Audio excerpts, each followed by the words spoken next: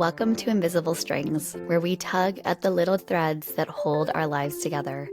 From mental health and relationships to marriage, motherhood, and all the beautiful chaos in between. I'm Katie, your guide to navigating life's tangled web, one string at a time. Think of this as your weekly dose of insight, sprinkled with a bit of laughter, some heartfelt chats, and maybe even a happy tear or two. So, whether you're juggling a million things or you just need a break, let's untangle life together, because those invisible strings, they're what keep us connected. This is Invisible Strings. Let's get started. Hey friends, welcome back to Invisible Strings. This is a podcast where we explore the unseen connections that hold us together, to each other, and to our purpose, and to God.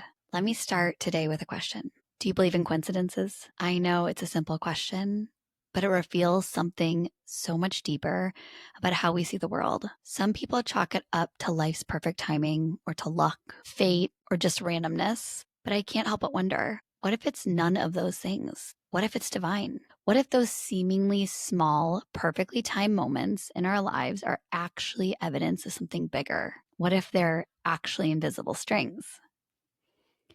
I believe we serve a God who sees the beginning, middle, and end all at one time. A God who places people and moments in our path for a purpose. And today I wanted to share a story that reminded me just how real those invisible strings can be.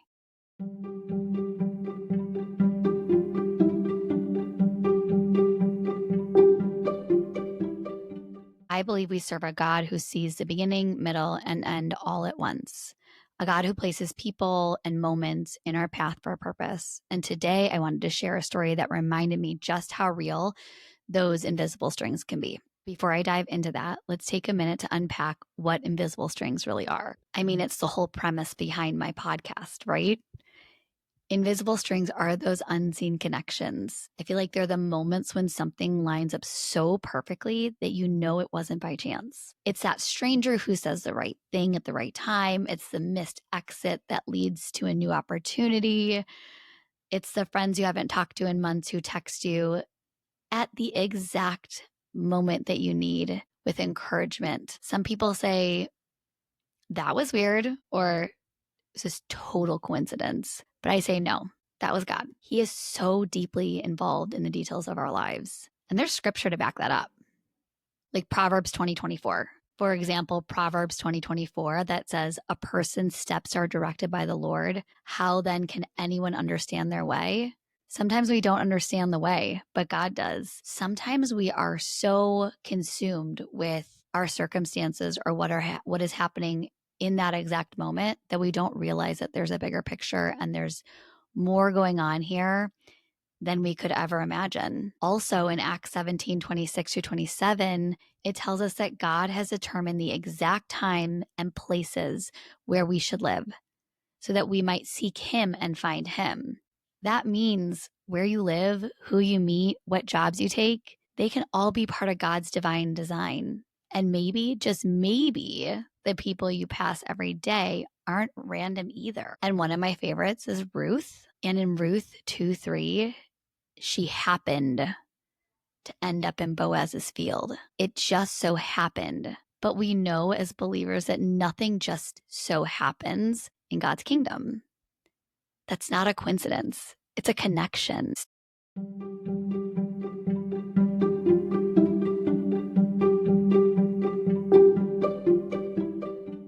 So let me set the stage here. We have a family home in Rhode Island, and we were lucky enough to be able to spend the last 2 weeks there. And it was really fun. It's very beautiful. And we were lucky enough to be able to get a night away, just Brad and myself in Newport. If you've ever been, the food is very good. The shopping is very fun. And the homes there are stunning. My favorite flower are hydrangeas, and they are literally everywhere. So we got to go and have a weekend and just breathe, because life's been full, and it's been full of joy and stress and noise. And it was just so nice to get away, just the two of us. And you know, those moments where you just need to hit pause, that's what Newport was for us. I would say that most of the time that I travel, whether I'm with my family, with just Brad, with my girlfriends, or by myself, I meet people.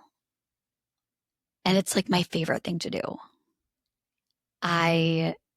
It fills me up, it gives me life. I love making connections. So it's not surprising that we made connections while we were in Newport. So when we go out to Rhode Island, I don't ever see anybody I know. Now I have, again, like not a coincidence, but I have some good friends whose family also grew up in Rhode Island. And so sometimes we're there at the same time.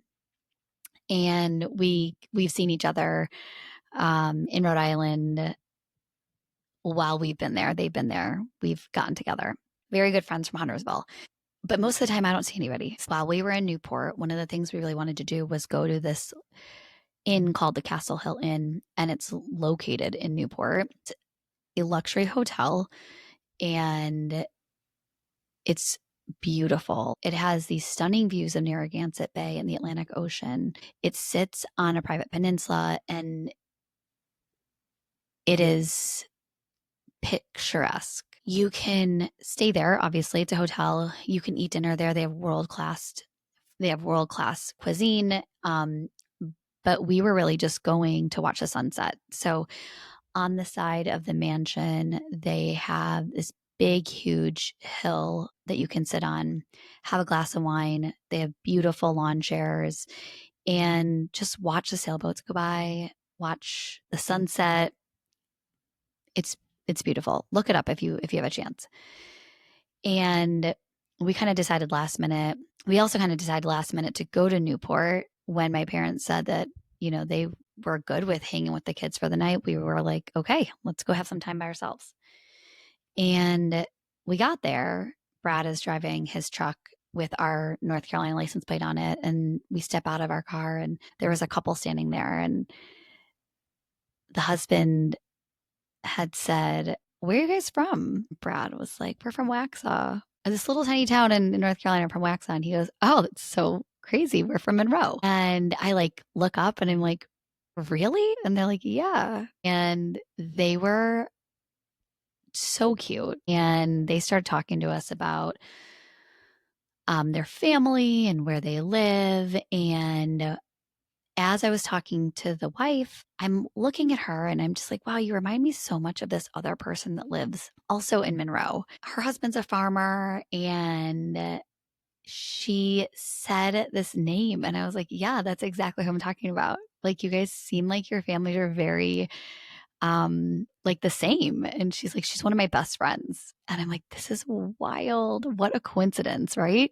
I mean, I started smiling when she started talking, and when we realized we had a lot of different connections. She was also a family photographer, but they have 5 kids now, and so she doesn't really have time for that. And I think she homeschools, and so we just had a lot of similarities and connections. And I kind of laughed at that moment. I was kind of laughing because they were so friendly and so kind, and just I kind of like winked at God and was like, are you sending me more friends? Like, I am never surprised when this kind of stuff happens. And it always happens. It just makes me so happy every single time I see it and every time it happens. And I think it's not easy meeting people because you have to be vulnerable and you have to be outgoing. And it wasn't even me this time. It was Brad and her husband really connecting, which was really cool. They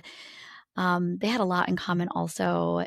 And just the way that the whole thing kind of played out. Earlier in the day, Brad and I were shopping in town, and we saw this car, and it looks just like a car that one of our neighbors back in Northbrook had. And Brad was like, "Hey, Katie, it's Dan." And I look over, I'm like, "Oh my gosh, it's the exact same color." I mean, like, it's a very old car, and it was kind of like this light yellow color and convertible. And we were kind of laughing, and we're like, "Oh, that's so cool." License plate said rent me. And as we're talking to this couple, they talked about how they rented this car. And we're like, "We saw you earlier today." And I don't know, it's just like feels so coincidental. I think God has such a great personality, and I think he's pretty funny. And I feel so grateful that I can see where these connections have come and gone. And, I don't know what will happen with that connection, but for them to have planned their trip like 3 days before and to be at Castle Hill at the same time as us, and they got a reservation that was hard to get, like sold out for months. Someone had just happened to cancel the same time that they were looking. So those kind of things happen to me all the time. Do they happen to you? Do you have those moments when you're like, how are we here? All the things that had to happen for us to be here at the exact same time.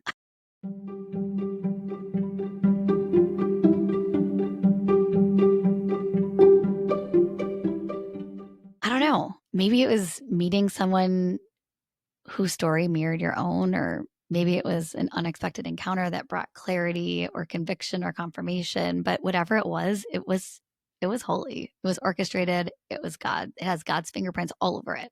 And in the moment, you may not realize it, and it's not until later, right? When you're sitting in your car or you're lying in bed that it hits you. That was an invisible string. So this isn't just like a Katie and Brad thing. The Bible is literally full of stories where God uses invisible strings to weave together lives. For example, my other favorite girl, Esther, she didn't know why she was chosen to be queen. But in Esther 4:14, Mordecai reminds her, "Who knows but that you have come to your royal position for such a time as this." Invisible string. I talked about this in my last podcast. Or Joseph, who is sold by his brothers, ends up in prison and eventually becomes second in command over Egypt. In Genesis 50:20, he tells his brothers, "You intended to harm me, but God intended it for good." It's another invisible string. And this last spring, I was so lucky to be in a Bible study where we studied about Ruth. And so you have Ruth and Boaz. Again, she goes to glean in a random field. Spoiler alert, it's not random. It's redemption in progress. Invisible string. Even the disciples meeting Jesus, these weren't random encounters either. He called them by name. He saw them before they saw him. And he's doing that today. It makes me so excited. That's one of the reasons why I talk about how excited I am to get up in the morning, because who am I going to meet? Whose lives are we going to affect?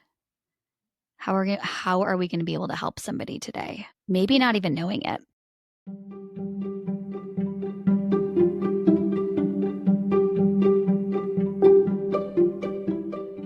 So what does this mean for you? It means your life is not random. Your pain is not wasted and your season is not meaningless. It means God's doing more behind the scenes than any of us could ever imagine. We might not always see the whole picture, but we can trust the one who does. And I wouldn't say that if I hadn't experienced it to the fullest. It's so hard to see what God is doing in the middle of our lives sometimes, especially when things are really, really hard or things feel really hopeless. And of course, meeting somebody who lives in a town across from us in a completely different state on a beautiful hill in Newport, Rhode Island is just a fun invisible string, right? It's not like my story last week where I really felt like the reason why Jack's whole experience happened was because we needed to meet these doctors that can help this other little girl who has a more serious brain tumor. I think that being able to see it in the times that aren't hard make it easier to get through the times that are hard. Does that make sense? So in Isaiah 30:21, it says, "Whether you turn to the right or the left, you will hear a voice behind you saying, 'This is the way, walk in it.'" The nudge to call a friend or the prompt to stop and help, the random connection on a flight.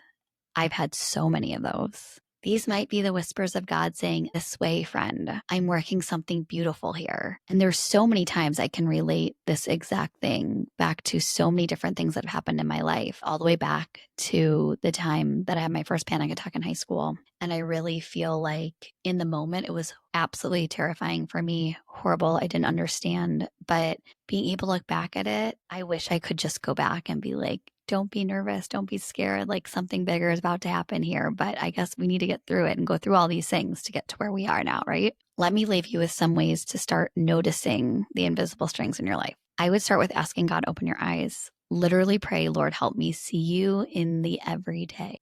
It actually helps a lot with feeling of gratitude and helps to see things bigger than yourself. Practice patience. I would put your phone down, make eye contact, and pay attention to the people around you, especially when you're feeling like, I shouldn't be doing this. I shouldn't be on my phone. I should be doing this. I should be doing that. Stop doing the phone thing and start doing the things that you should be doing. I also love to journal.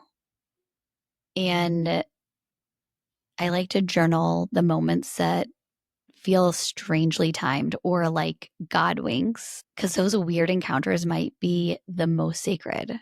And you might not understand it right now, but like next year, you might go back and be like, oh my gosh, I can't believe that had happened to me. And I wrote it down, and this is exactly when it happened. Follow the nudge. When you feel led to encourage or reach out or check in, do it like right away.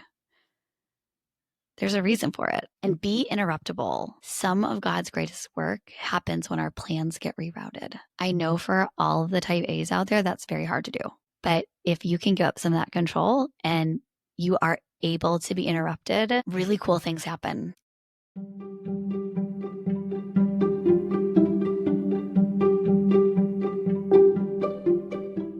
So here are some reflection questions for you. Who has God placed on your path recently that could be an answer to your prayer? Is there a moment that felt random at the time but now makes sense? What might God be trying to show you right now, even in the waiting? If you want to share those, I would love to hear them. Send me a message on social media, or you can send me an email, or if you know me, you can just text me. I would love to close today in prayer. So, Lord, thank you for being a God who sees all, who connects all, and who never wastes a moment. Help us to notice the threads you're weaving through our stories. Give us eyes to see, hearts to obey, and faith to trust, even when we don't understand the why. We love you. Amen. I hope you guys have a great week. Thanks for spending time with me today. If this episode spoke to you, share it with someone who needs a reminder that they're not alone, that God is working even in the unseen. And until next time, keep your heart open to the invisible strings. Thank you for joining me today on this episode of Invisible Strings, where we've tugged at a few threads and hopefully left you with a smile and something to think about. Remember, life's connections might be invisible, but they're oh so strong. If you enjoyed today's chat, don't forget to subscribe, leave a review, and share it with someone who could use a little string pulling in their life. Until next time, keep those invisible strings intact, and I'll see you back here soon for more heartfelt conversations and a dash of fun. Stay connected, stay kind, and keep untangling.